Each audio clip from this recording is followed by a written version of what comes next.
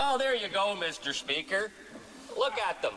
You know, we're talking about the fact that they blew, they're blowing $17 billion on stealth fighter jets, $10 billion on prisons, and seniors in Northern Ontario can't afford to heat their homes. And what's he want to talk about? He wants to talk about long guns. Well, Mr. Speaker, I'm a gun owner.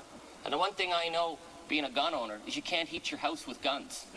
But the Conservative Party thinks that's the only thing that rural Canadians are concerned about. That's it. Insulting. They think, I mean, maybe they think people are dumbed down. But we are talking about people who are falling further and further behind. Let's talk about their great action plan. Mr. Speaker, they continue to try and change the channel on what they did. They came in here at the beginning of the worst recession since the Depression. And what was their economic action plan? Spending $0 on stimulus. They weren't going to run a deficit. Nope. What we're going to do is we're going to attack the right to pay equity of women, because that was the most important thing. Number two, we're going to trash the environmental assessment process federally. That was the second thing they were going to do. And then third, Mr. Speaker, was they were going to get their little partisan kick at the other political parties by getting rid of public financing for elections, because you know what they want to do? They want to go back to the good old ways where they got their money in the pocket from people like Vito Gallo's friends. Mr. Speaker, that was their plan.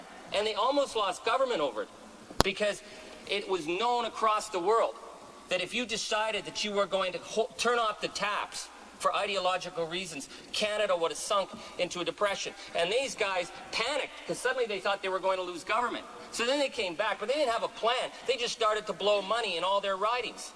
That's the truth behind the economic action plan. They only did it, as they always do, is to save their own skins. They blew through $30 billion, $50 billion without a plan.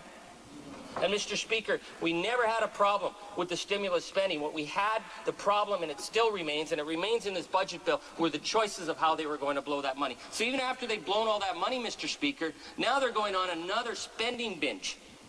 $27+ billion at a time of the biggest deficit in Canadian history on bizarre, whacked out, personal ideological vanity projects.